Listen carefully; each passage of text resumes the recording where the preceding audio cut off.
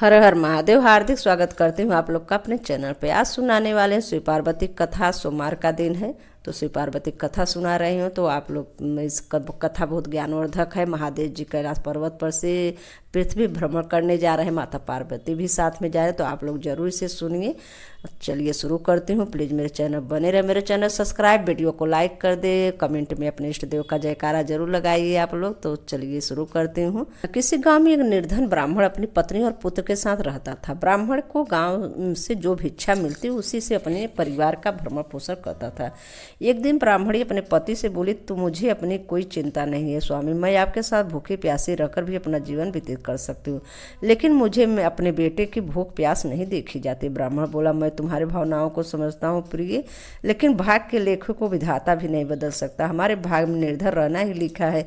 ब्राह्मणी बोली, भाग के भरोसे बैठे रहना मूर्खता है। बिना कुछ करे इसके कुछ नहीं मिल सकता। अगर इंसान कोशिश करे तो कर्म करके अपने भाग को बदल सकता है। आप कहीं परदेश में जाए, मुझे विश्वास है आप वहाँ अच्छी आय करेंगे और हमारा भाग बदल जाएगा। ब्राह्मण बोला, तुम्हारी बात तर्कसंगत है प्रिय, मगर मुझे भिक्षा मांगने और पंडिताई के सिवा कोई काम भी नहीं आता। ब्राह्मणी बोली, हमारे गांव में आपकी पंडिताई की कोई कद्र नहीं है। किसी दूसरे गांव में या नगर में आपकी पंडिताई चल निकले तो हमारे बुरे दिन फिर जाए। अपनी पत्नी की सलाह मानकर ब्राह्मण दूसरे नगर में पहुंच गया। उसके दुर्भाग्य उस पर घात लगाए बैठा था। नगर में उसे कोई शेर पूछने वाला भी नहीं था। हालातों को देखते ही वह सोचने लगा कि इस नगर में तो उसके गांव के ही अच्छा है। नगर में तो कोई मुझे पूछता भी नहीं, नगरवासी तो पूरे नास्तिक है, उसे भिक्षा देने में कोई तैयार नहीं है। यह सोचकर वह थक हार कर अपने गांव लौट आया और पहले की भांति पंडिताई करके भिक्षा मांग कर अपना गुजारा करने लगा। एक दिन वह भिक्षा मांगकर लौट रहा था, तभी उधर से भगवान शिव पार्वती के साथ गुजरे। उस निर्धन ब्राह्मण को हालत देखकर माता पार्वती ने ब्राह्मण की तरफ संकेत करते हुए भगवान शिव से कहा, आप उस ब्राह्मण को देख रहे हैं स्वामी? शिव बोले, हाँ, वह बहुत निर्धन और दुखी भी है। पार्वती बोली, आप उसके दुख का निवारण करें नाथ। एक तो ब्राह्मण, दूसरे दरिद्र, मुझसे उसका दुख देखा नहीं जाता। शिव बोले, वह अमृत लोक है प्रिय, यहाँ पे हर प्राणी किसी न किसी दुख से त्रस्त हैं। सब अपने अपने कर्मों का फल भोग रहे हैं। तुम किस किस क्या दुख दूर करोगी? पार्वती बोली, आपको उस निर्धन ब्राह्मण धनवान बनाना ही होगा स्वामी।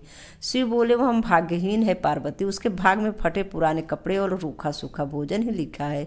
मगर पार्वती अपनी जीत पर अड़ी रही। अंत में हारकर शिव पार्वती को बात माननी पड़ी। उन्होंने उसे रास्ते में, जिस रास्ते से ब्राह्मण जा रहा था, सोने की एक ईंट डाल दी।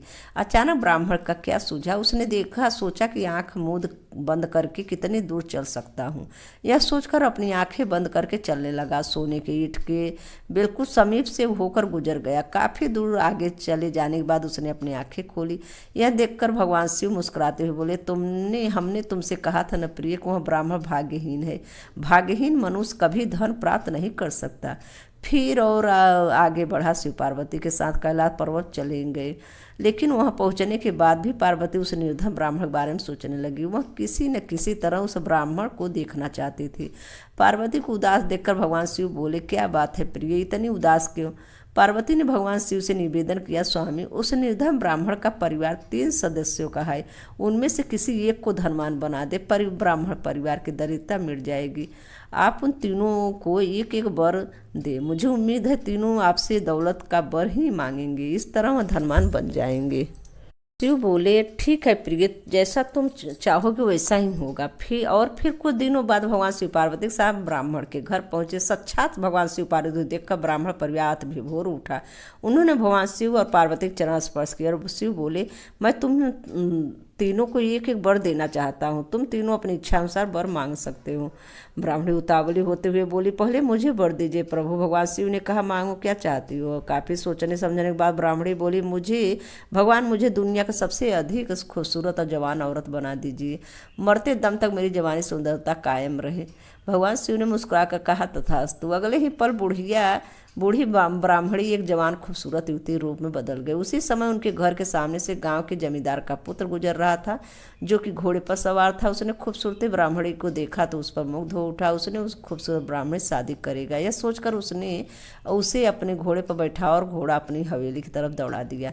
यह देखकर ब्राह्मण अपनी छाती पीटते हुए विलाप करने लगा, हाय मेरी पत्नी, रो मत ब्राह्मण श्रेष्ठ, तुम मुझसे वही वर मांग लो, तुम मुझसे कोई भी वर मांग लो, जो मांगोगे तुम्हें मिलेगा। भगवान शिव सांत्वना देते हुए बोले, मेरी पत्नी को वापस बुला दीजिए प्रभु, मुझे इसके सिवा कुछ भी नहीं चाहिए। ब्राह्मण ने निवेदन करते हुए कहा।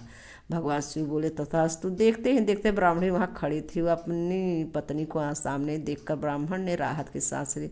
भगवान शिव ने ब्राह्मण पुत्र से कहा, तुम क्या वर मांगते हो बेटा? ब्राह्मण पुत्र ने काफ़ी सोचने समझने के बाद कहा, भगवान मुझे कुछ नहीं चाहिए, लेकिन आप मेरी माँ को पहले जैसे बूढ़ी बना दीजिए।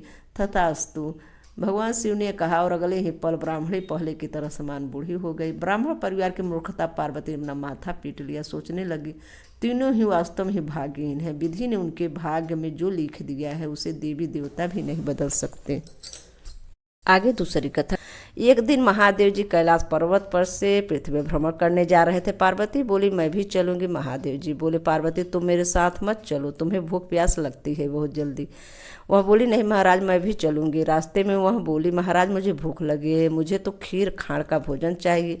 महादेव जी बोले, मैंने तो पहले ही कहा था कि मत चलो। अब एक साहूकार के घर गए तो साहूकारनी बोली, महाराज क्या चाहिए? महादेव जी बोले, हमें खीर खाण का भोजन चाहिए। साहूकारनी बोली, अगर खीर खाण का भोजन ही करना था तो अपने घर क्यों नहीं रह गए? अब उनको वहाँ पे कुछ नहीं मिला, वो आगे चल दिए। आगे गए तो एक बुढ़िया का घर झोपड़ी मिल गई, तो वहाँ गए। साधु का भेष और बुढ़िया का जो पार्वती थी वो एक साधुआइन का भेष बनाकर ही आई थी। उसने बोली कि महाराज बैठो बैठो, कहाँ तुम्हें क्या चाहिए कहो, मतलब गुरुजी गुरुआइन क्या चाहिए तुम्हें? महादेव जी बोले, पार्वती को खीर खाण का भोजन चाहिए। बुढ़िया बोली, महाराज अभी लाई, वही एक लोटा लेकर चल दी। महादेव जी बोले, बुढ़िया कहाँ चली? बुढ़िया बोली, दूध चावल खाण लेने जा रही हूँ। महाराज जी बोले, बुढ़िया अपने घर में देख, दूध के टोकरे भरे हैं, चावल के परात भरे हैं, खाण के बर्तन भरे हैं।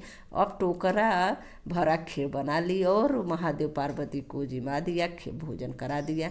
बुढ़िया बोली, अब बची खुची खीर क्या करूं? मैं तो कोई मेरे है नहीं बाल परिवार, तो मैं कहाँ पे इसको किसके खिलाऊं? महादेव जी बोले, बुढ़िया जरा आंखें अपना मेज आंखें बंद करके बुढ़िया को दे समय बाद आंखें खोलेगी तो देखी पूरे परिवार में घर भरा है, बेटे बहू सब कुछ भरा पड़ा है। अब बुढ़िया बोली, महाराज इन्हें कहाँ रखूं? महादेव जी ने बोले, झोपड़ी को लात मारी, महल हो गया। अब वो खीर के कटोरे भर भर के बुढ़िया बांटने लगी।